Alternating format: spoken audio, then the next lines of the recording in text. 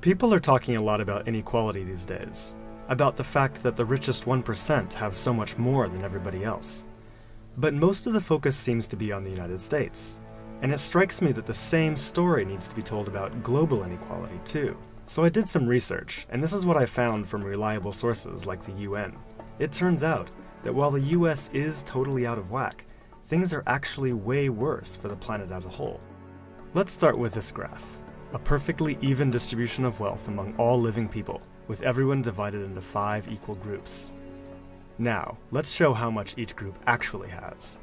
Shocking, right? 80% of the world's people barely have any wealth.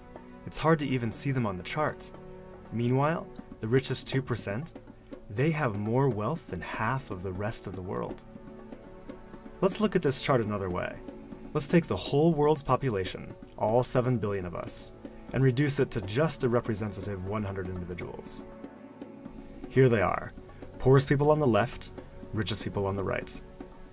Now let's show how the world's total wealth, roughly $223 trillion, is distributed. The vast majority have practically nothing. Nothing with which to educate their children, nothing with which to pay for basic medicines. While the richest 1%, they've accumulated 43% of our world's wealth. The bottom 80%, meanwhile, that's 8 out of every 10 people, have just 6% between them. But even this doesn't really show how extreme things have become. The richest 300 people on Earth have the same wealth as the poorest 3 billion. So the number of people it takes to fill a mid-sized commercial aircraft have more wealth than the populations of India, China, the US, and Brazil combined. We can also see this difference geographically, with a huge and growing gap between a few rich places versus the majority of the world.